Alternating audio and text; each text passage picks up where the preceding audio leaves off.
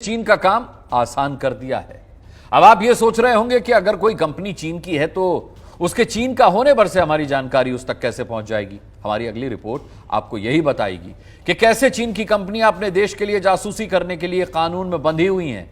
चीन की इस चाल को देखिए और जोरदार घंटी बजाइए।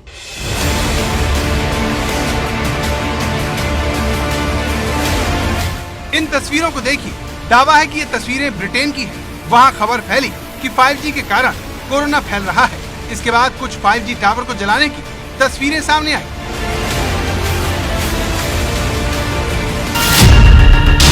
कोरोना भले ही 5G टावर से न फैल रहा हो, लेकिन अमेरिका समेत दुनिया भर के लोग मानते हैं कि दुनिया को सस्ते में 5G तकनीक बेच रही हुआवे कंपनी एक चीनी साजिश है।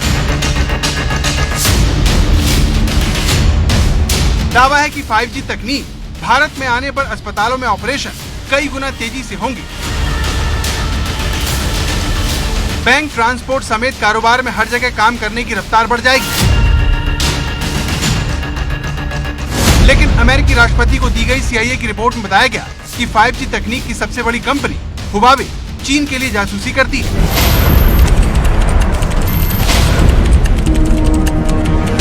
रिपोर्ट के पेज नंबर 5 में 4 पॉइंट के जरिए बताया गया कि चीन की आर्मी अमेरिका में चीनी कंपनियों के जरिए सेंध लगा रही है। अमेरिका को ब्लैकमेल करने वाली जानकारियां चीन अपनी कंपनियों के जरिए हासिल कर रहा है। चीनी कंपनी से अमेरिका में चीनी इंटेलिजेंस, रिसर्च, व्यापारिक गोपनीय जानकारी ली। हुआवे भारत में 5G तकनीक देना चाहती है। इसके लिए उसने भारत सरकार से ट्रायल की अनुमति मांगी है। एक्सपर्ट को डर है, अगर हुआवे को ये ठेका मिला तो हमारा हर राज चीन जान जाएगा। इसकी वजह चीन का एक कानून है जिससे उसकी हर कंपनी बंधी हुई है। इस नियम से चीन में सर्वर लगाने वाला जूम ऐप भी जुड़ा है। आइए चाइना के कानून के बारे में आपको बताते हैं। चाइना के इंटेलिजेंस कानून की धारा 7 के मुताबिक चीन में काम करने वाली हर कंपनी को उसके इंटेलिजेंस कार्यक्रम में हिस्सा लेना होगा। ये उसके ऊपर बाध्यकारी है। अगर वो ऐसा नहीं करता है तो उसे चीन के कानून के मुताबिक दंड मिलेगा। धारा 10 कहती है कि चीन में काम करने वाले या चीन की कंपनियों में काम करने वाले, चाहे वो विदेश में रह रहे हो चाहे देश में रह रहे हो, उन्हें बाध्यकारी तौर पर चीन के लिए इंटेलिजेंस इंफॉर्मेशन मुहैया करवानी होगी और इसकी जानकारी भी उन्हें किसी को नहीं देनी होगी। अगर वो ऐसा करते हैं तो चीन के कानून के मुताबिक उनके ऊपर सजा का प्रावधान है। अब जरा सोचिए, ऐसी सूरत में क्या गारंटी है कि चीन जिस तकनीकी को भारत या दुनिया के दूसरे मुल्कों में दे रहा है उससे वो जासूसी नहीं करवाएगा। अब चाइना इस वर्ल्ड में इस टाइम पे सबसे बड़ा नाम क्यों है? क्योंकि वो सबसे बड़ा मैन्युफैक्चरर है। हम ये सोचते हैं चीप कॉस्ट है, चीप लेबर है, एफिशिएंसी ज़्यादा है, क्वालिटी ज़्यादा है। ये एक अलग रीज़न। सर्वेलेंस की बात जब हम करते हैं तो किसी भी कंट्री में अगर सर्वेलेंस की बात करें तो आप टेलीकम्युनिकेशन नेटवर्क या इंटरनेट बैकबोन के ऊपर जाएंगे। एक कंट्री को दूसरी कंट्री को डेटा देने का कोई रीज़न नहीं बनता अनलेस वो ये सोचे कि हम अलाइज हैं, हम डेटा शेयर कर सकते हैं। अब चाइना की बात करते हैं। चाइना के साथ सर्वेलेंस कोई भी नहीं करना चाहता या चाइना के साथ कोई बिना डेटा, बिना किसी इंटरेक्शन के नहीं दे सकता।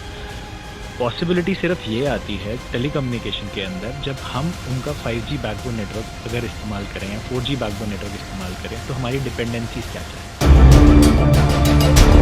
यानी हुआवे हो या फिर जूम, ये कंपनी चीन की सरकार को सारी जानकारी देने के लिए मजबूर होंगी। इसमें चीन का टिकटॉक भी शामिल है, जिसे लेकर अमेरिका के एक बड़े वकील अपनी सरकार को आगाह कर चुके हैं।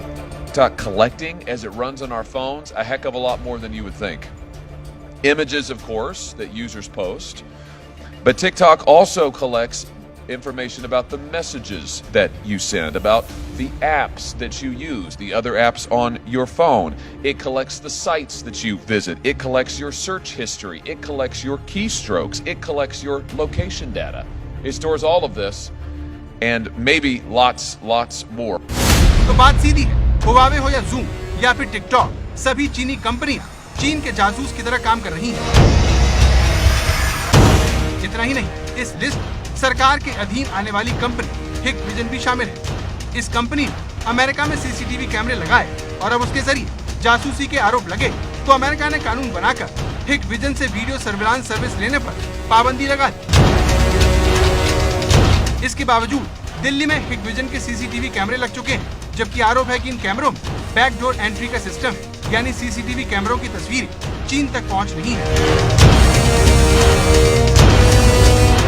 भारत में सब तब हो रहा है जब अमेरिका और ब्रिटेन में जासूसी और मानवाधिकार उल्लंघन की बात हो रही है, तो ऑस्ट्रेलिया ने सभी सैन्य इमारतों से चीन की इस कंपनी के सीसीटीवी कैमरे हटाने का आदेश दे दिया है। फ्रांस भी हिगविजन कैमरे से सुरक्षा खतरे की जांच कर रहा है।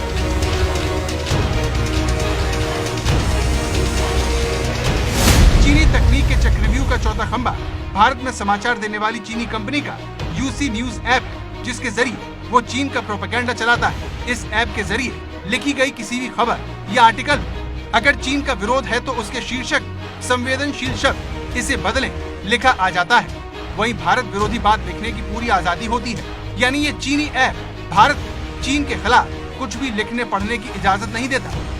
जैसे ही हमने लिखा, आप यहाँ पढ़ सकते हैं, लिखा है there are sensitive word in the title, please modify it. यानी कि भारत में धंधा करने वाली कंपनी, भारतीयों से पैसा कमाने वाली कंपनी, भारत की अगर सेना के बारे में कोई भी शब्द लिखा जाए तो वो मना कर देती है। इस तरह चीन भारत को अपनी तकनीकी चक्रव्यूह में घेरने की कोशिश कर रहा है, जिसने भारत सरकार के सामने एक बड़ी चुनौती खड़ी कर दी है।